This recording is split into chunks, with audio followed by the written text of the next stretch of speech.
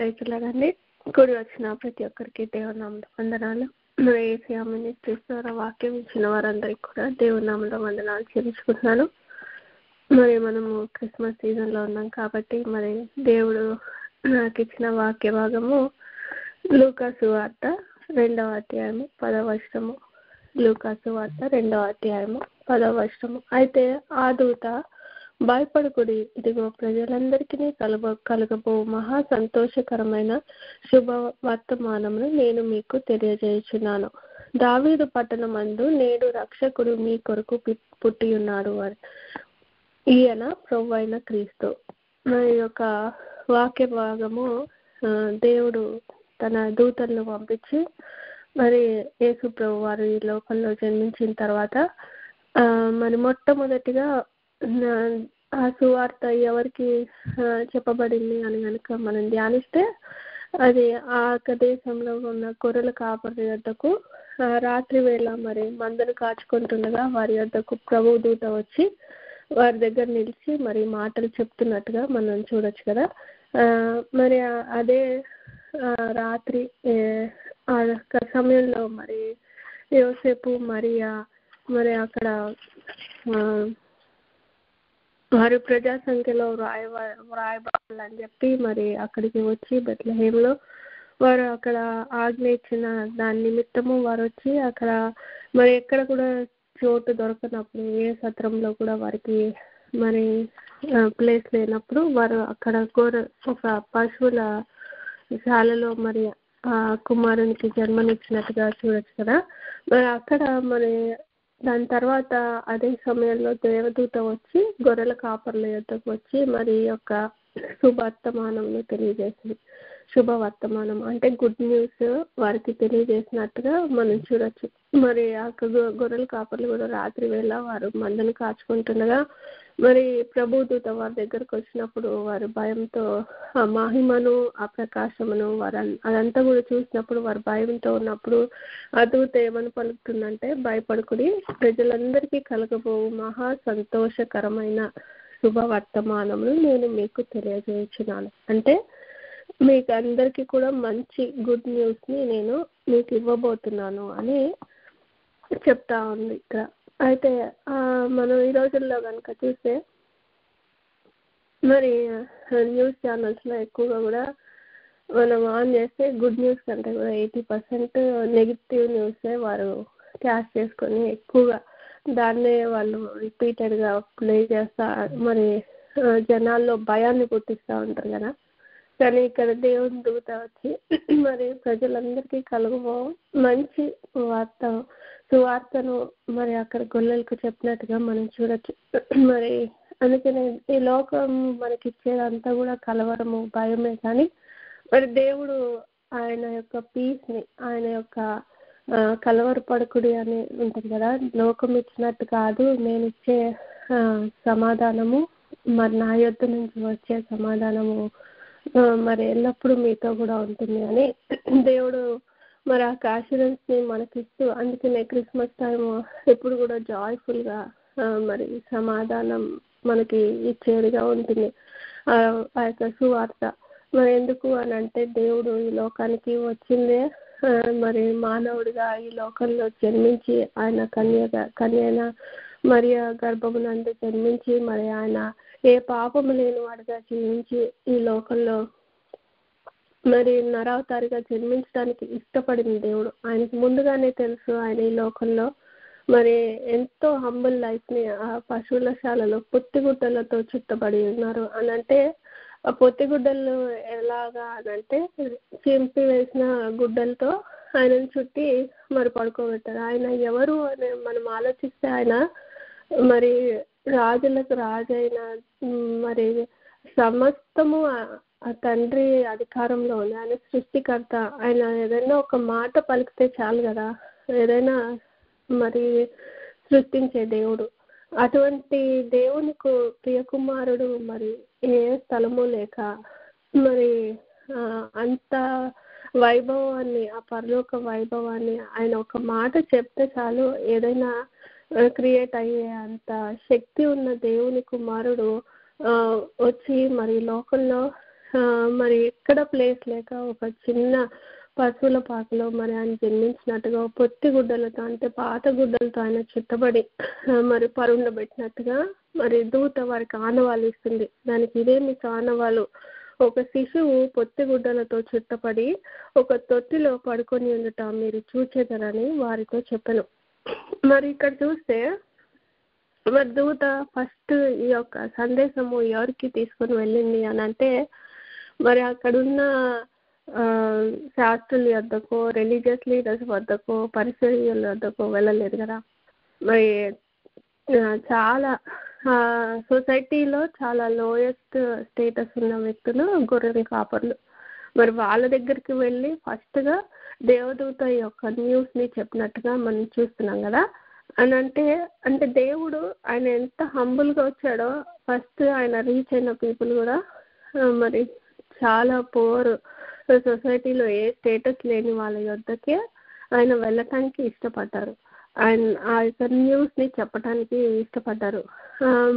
మరి నేను అనుకుంటా, అంటే నా అండర్స్టాండింగ్, మరి శాస్త్రుల యొద్దకో, పరిచయుల యొద్దకో, లేకపోతే రిలీజియస్ లీడర్స్ యొద్దకో వెళ్ళుంటే వాళ్ళకున్న నీతిని బట్టి వాళ్ళు ఇప్పుడు దేవదూత వచ్చినప్పుడు ఆ మహిమను, ఆ ప్రకాశం అదంతా చూసి మరి ఇదేదో దేవుడి నుంచి వచ్చింది అని వాళ్ళు అర్థం చేసుకోగలుగుతారేమో, కానీ వాళ్ళు ఎలా తీసుకొని వెళ్ళుండొచ్చు అని అంటే ఈయన మాకే దేవుడు, నేను ఇంకెవరి కోసం రాలేదు, ఓన్లీ మా కొరకే, మా యూదులకు మాత్రమే, లేకపోతే మా పరిచయాలకు మాత్రమే, మా శాస్త్రులకు మాత్రమే దేవుడు అని వాళ్ళకున్న నీతిని బట్టి ఆయన రెస్ట్రిక్ట్ చేసేసి మేబీ ఆ విధంగా వాళ్ళు అర్థం చేసుకునే వాళ్ళు కావచ్చు.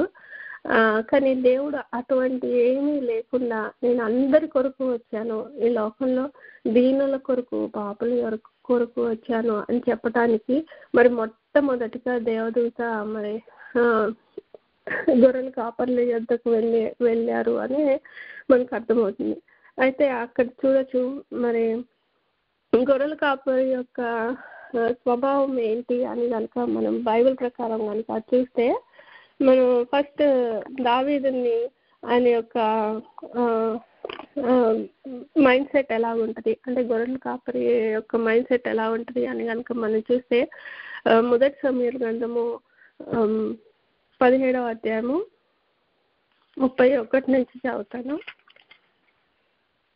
32 నుంచి కనుక మనం చూస్తే, ఈ ఫిలిస్తీన్ బట్టి ఎవరి మనసును కృంగ నిమిత్తము లేదు, నీ దాసుడనైన నేను వానితో మాట్లాడదునని దావీదు సౌలుతో అనగా, సౌలు ఈ ఫిలిస్తీని ఎదుర్కొని వానితో మాట్లాడుటకు నీకు బలము చాలదు, నీవు బాలుడవు, వాడు బాల్యము నుండి యుద్ధాభ్యాసము చేసిన వాడని దావీదుతో అనెను.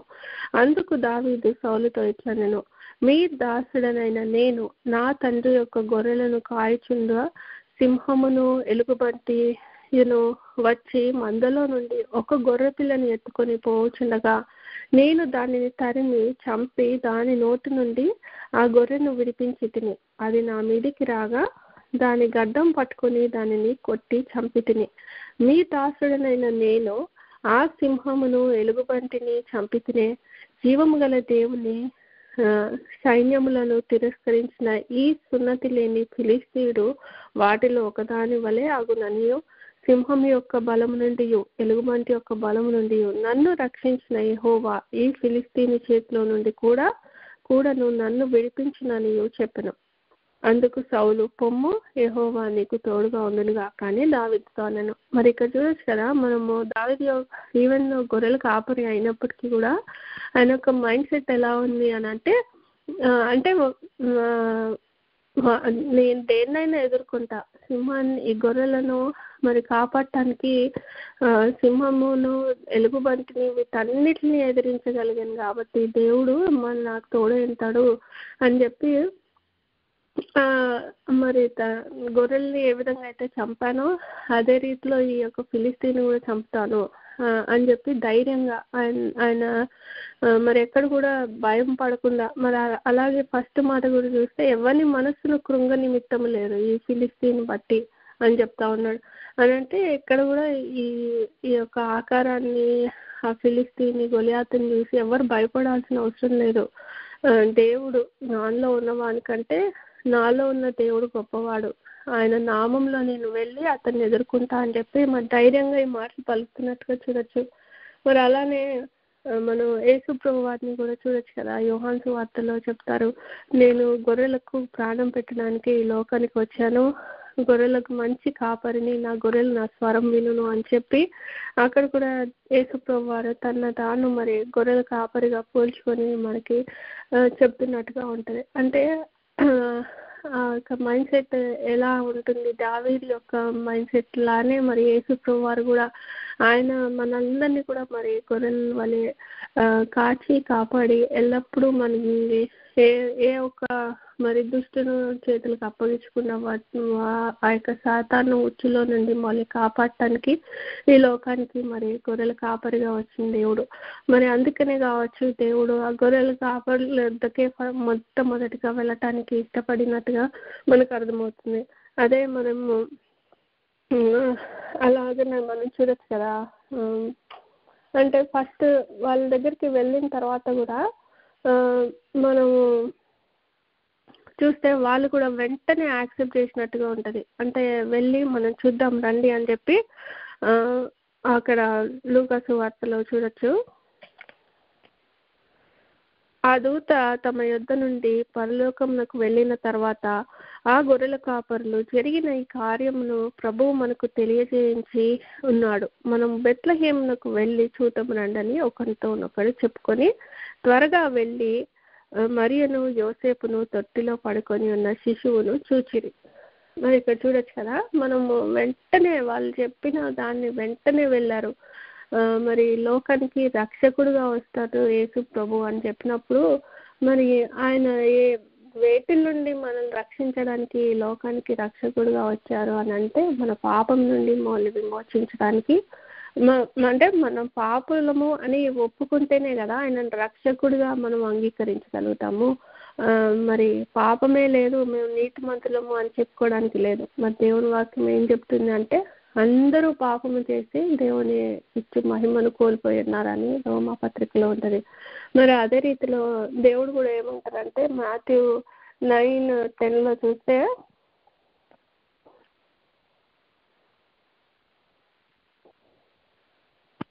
మాథ్యూ చాప్టర్ 9:10 చూస్తే మీ బోధకుడు సుంకర్లతోనూ పాపులతోనూ కలిసి ఎందుకు భోజనం చేయుచున్నాడని ఆయన శిష్యులను అడిగిరి.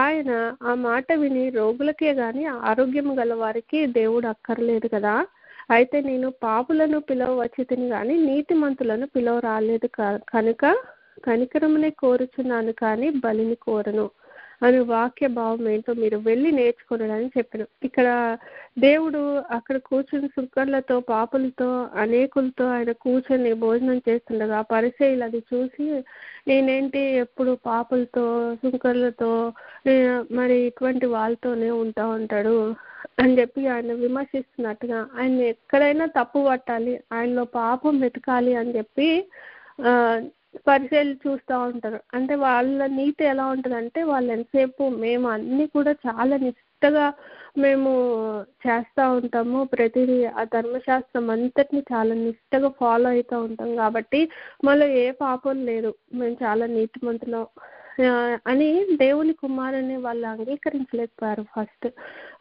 కానీ తర్వాత వాళ్ళు వాళ్ళు కొంతమంది కూడా అంగీకరిస్తారు. ఎప్పుడు దేవుడు అపోస్తల కార్యాల్లో మనం చూడొచ్చు. కానీ అక్కడ కూడా వాళ్ళు ఏం చేస్తారు అని అంటే మళ్ళీ సున్నతి తీసుకోవాలి, ధర్మశాస్త్రాన్ని కూడా ఫాలో అవ్వాలి అని వాళ్ళ రిలీజియస్ బిలీఫ్స్ని మాత్రం ఎప్పుడు పక్కన పెట్టడానికి వాళ్ళు ఇష్టపడలేదు. అందుకనే కావచ్చు మరి దేవుడు మొట్టమొదటిగా మరి ఒక గొర్రెల కాపర్లు అంటే హంబుల్నెస్ని హ్యూమిలిటీని ఉన్న వ్యక్తులనే కోరుకున్నాడు ఆయన. ఎవరైతే తగ్గించుకొని ఆయన మాట విని ఆయనకి లోబడతారో, ఆయన ఎందుకు విశ్వాసం ఉంచుతారో మరి వారి యొద్ద వచ్చి ఆయన నివాసం ఉంటా అంటారు కదా. మరి మనం ఏషియాలో కూడా చూడొచ్చు, ఆయన మనం ప్రతిరోజు ఆ వాక్యాన్ని చదువుకుంటూ ఉంటాం కదా, ఎవని మనస్సు నీ మీద ఆనుకొనినో వాణ్ణి పూర్ణ శాంతి గలవానిగా కాపాడదవు. ఏలయనగా అతడు నీ యందు విశ్వాసం ఉంచి ఉన్నాడు. అంటే ఎవరైతే ఆయన యందు విశ్వాసం ఉంచుతారో, ఎవరైతే ఆయన నమ్ముతారో వారిని పూర్ణ శాంతి గలవానిగా కాపాడుతా అని అంటాడు దేవుడు. ఆ పూర్ణ శాంతిని ఇవ్వడానికే మన యొద్దకు వచ్చానని చెప్తారు దేవుడు. మరి మీ హృదయాల్లో కలవరపడనీయకుడి, నేను ఈ లోకానికి మీకు శాంతిని ఇవ్వడానికే వచ్చాను కదా అని అంటారు కదా. అని అంటే దేవుడిని నమ్ముకున్న వారిలో ఆ యొక్క జాయ్, ఆ పీస్ అనేది ఉంటుంది. మరి చాలా మంది ఈ రోజుల్లో మనం చూడొచ్చు, అసలు ఈ క్రిస్మస్ జరుపుకోవాలా వద్దా ఇట్లాంటి క్వశ్చన్స్ అన్ని పెట్టి మనుషుల్లో ఒక కన్ఫ్యూజన్ ని క్రియేట్ చేస్తా ఉన్నారు. మరి దేవుడు అసలు ఈ లోకానికి వచ్చిందే మనకి జాయ్ని, పీస్ని, హోప్ని ఇవ్వడానికి. మరి అటువంటి అంత గొప్ప న్యూస్ని మనం తెలుసుకున్న తర్వాత కూడా మరి మనం ఆ సందర్భాన్ని మనం ధ్యానించుకొని మన స్తుతి ఆరాధనతో మన హృదయాలు నిండుకొని ఈ యొక్క సమయం అంతా కూడా మనం జాయ్ఫుల్గా గడుపుతూ ఉండే సమయం కదా.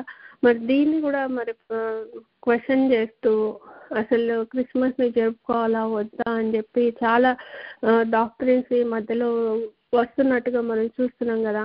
మరి అవన్నీ కూడా పక్కన పెట్టి దేవుడు ఈ లోకానికి మనల్ని రక్షించడానికి వచ్చాడు. పాపులైన మన యొద్దకు దేవుడు వచ్చాడు.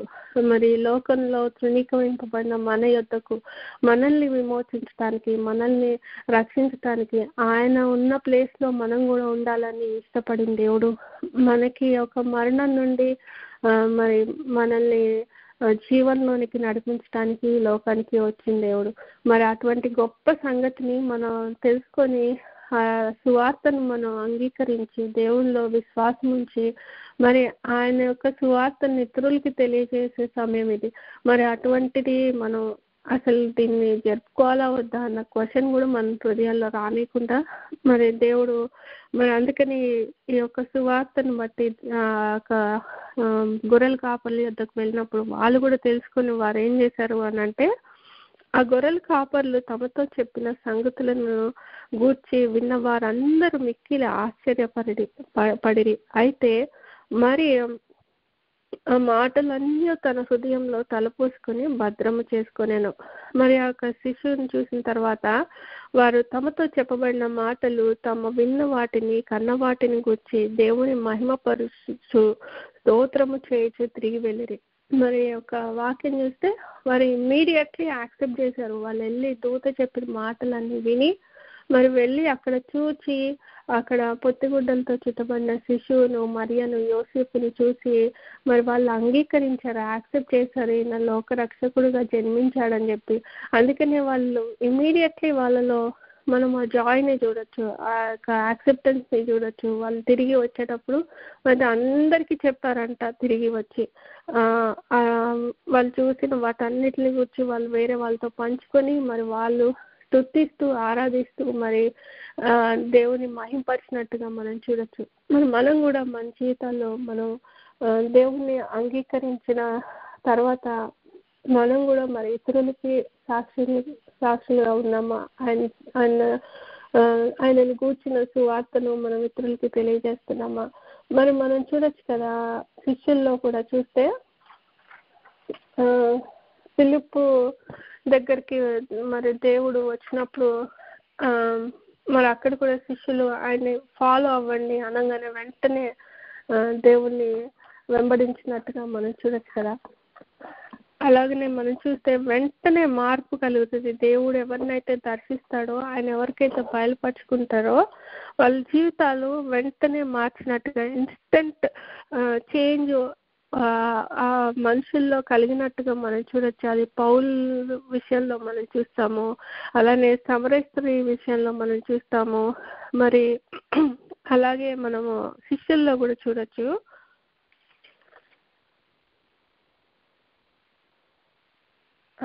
వెళ్ళి అక్కడ ఎలాగా దేవుడు వారిని వెంబడించండి అనగానే యోహాను సువార్త 1వ అధ్యాయము 43 వచనంలో చూస్తే మనం గమనించవచ్చు. అక్కడ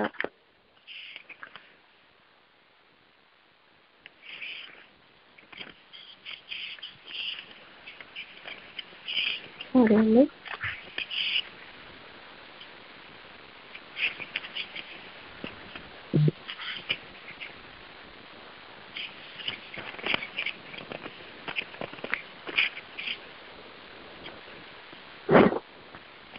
43 వచనాలు చూస్తే, మరునాడు ఆయన గలిలయకు వెళ్ళగోరి ఫిలిప్పును కనుగొని నన్ను వెంబడించమని అతనితో చెప్పెను. ఫిలిప్పు బెత్సైదా వాడు, అనగా ఆంద్రేయ, పేతురు అను వారి పట్టణపు కాపురస్తుడు. ఫిలిప్పు నతనయేలును కనుగొని, ధర్మశాస్త్రంలో మోషేయు ప్రవక్తలను ఎవరిని గూర్చి వ్రాసిరో ఆయనను నేను కనుగొంటిని. ఆయన యోసేపు కుమారుడైన నజరేయుడగు యేసు అని అతనితో చెప్పెను. అందుకు నతనయేలు, నజరేతులో నుండి మంచిదేదైనా రాగలదా అని అతన్ని అడగగా, వచ్చి చూడమని ఫిలిప్పు అతనితో అనెను.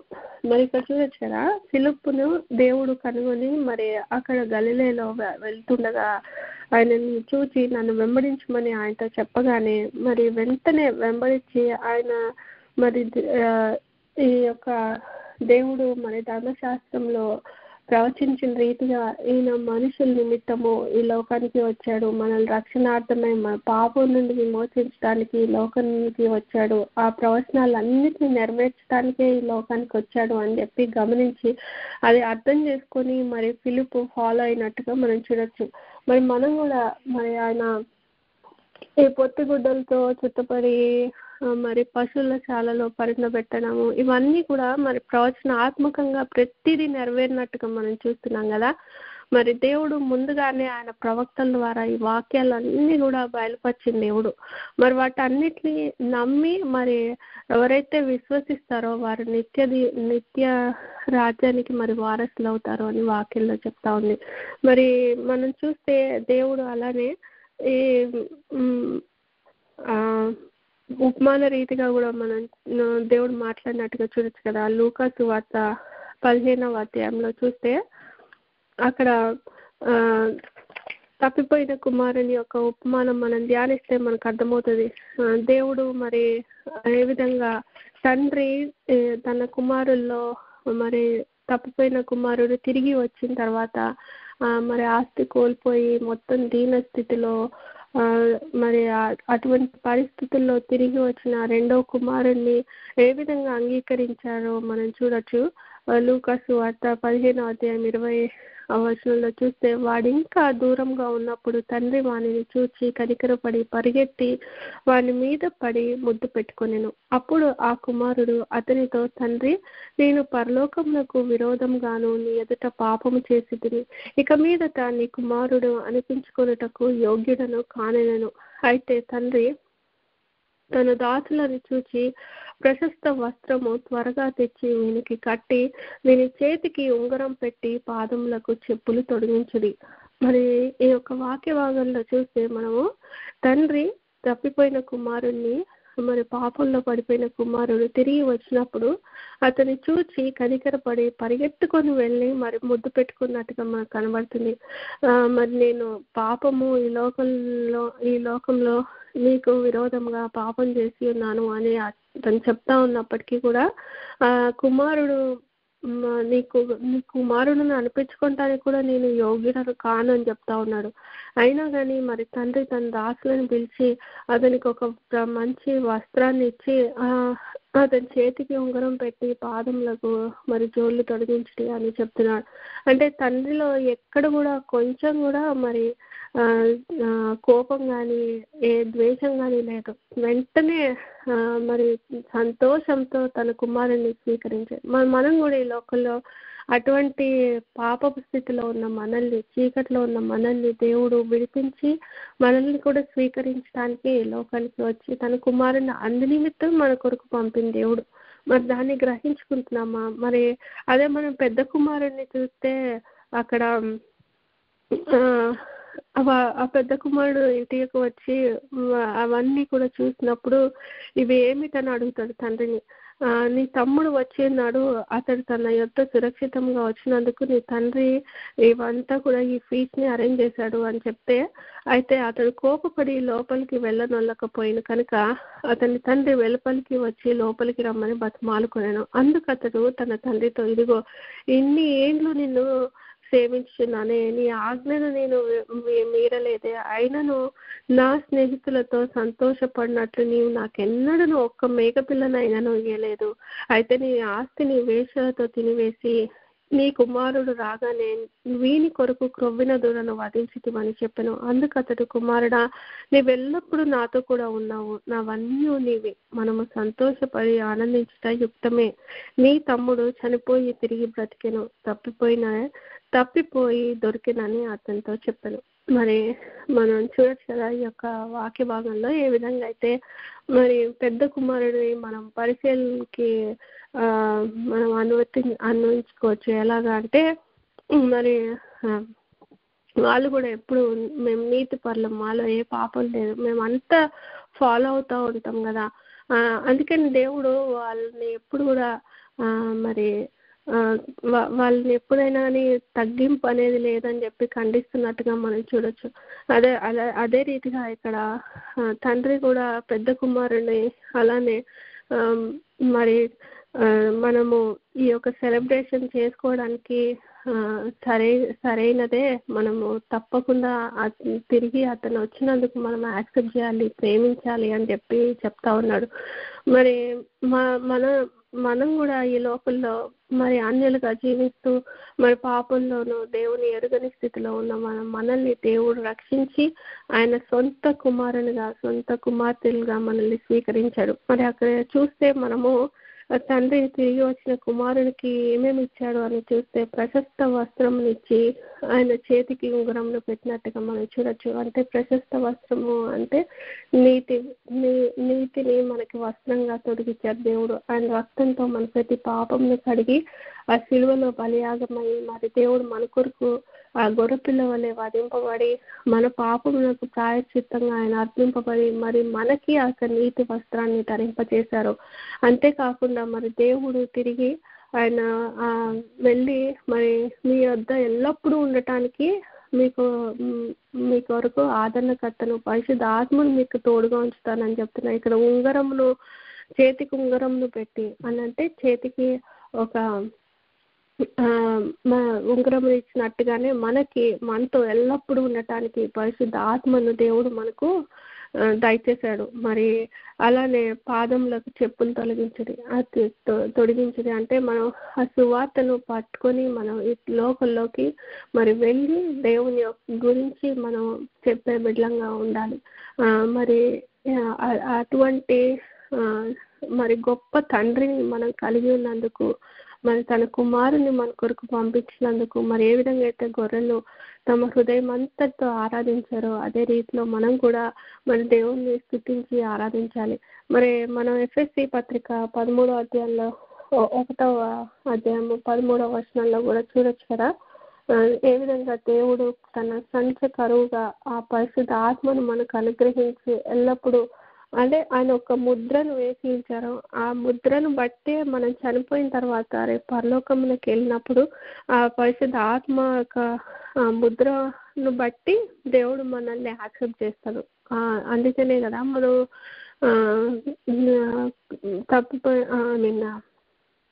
కన్యకల విషయంలో కూడా చూడొచ్చు కదా, బుద్ధి లేని కన్యకల్లో మరి నూనె లేకుండా వాటి విడిచిపెట్టబడినట్టుగా చూడొచ్చు కదా. అంటే పరిశుద్ధ ఆత్మ మనలో లేకపోతే, ఎప్పుడు పరిశుద్ధాత్మ మనలో ఉంటుంది అని అంటే ఎవరైతే అంగీకరిస్తారో, ఎవరైతే దేవుని యందు విశ్వాసం ఉంచుతారో వారిలో మరి పరిశుద్ధాత్మ దేవుడు ఉంటారు. మరి ఎల్లప్పుడూ మనతో కూడా ఉండటానికి ఆయన ఒక ముద్రగా మన మీద ఉంచబడి ఒక సీల్, పరిశుద్ధ ఆత్మ ద్వారా దేవుడు మనల్ని ఆ యొక్క సీల్ వేసి రేపు మనం చనిపోయిన తర్వాత కూడా ఆ ముద్రనే మనకి గుర్తు. ఆ పరిశుద్ధ ఆత్మ దేవుడు ద్వారానే దేవుడు మనల్ని గుర్తించి మరి మనకి నిత్య జీవం ఉంటుంది. అది ఎల్లప్పుడూ మనం గుర్తుపెట్టుకొని మరి దేవుడు మన జీవితంలో చేసిన ఈ యొక్క రక్షణ కార్యాన్ని బట్టి మరి దేవుడు మరి ప్రతి ఒక్కరి కొరకు ఈ లోకానికి వచ్చాడు అని చెప్పి ఇక దూత ద్వారా మనకు అర్థమవుతుంది. అలానే మనం చూస్తే దేవుడు అక్కడ జ్ఞానులు కూడా వచ్చి ఆరాధించినట్టుగా ఉంటుంది కదా.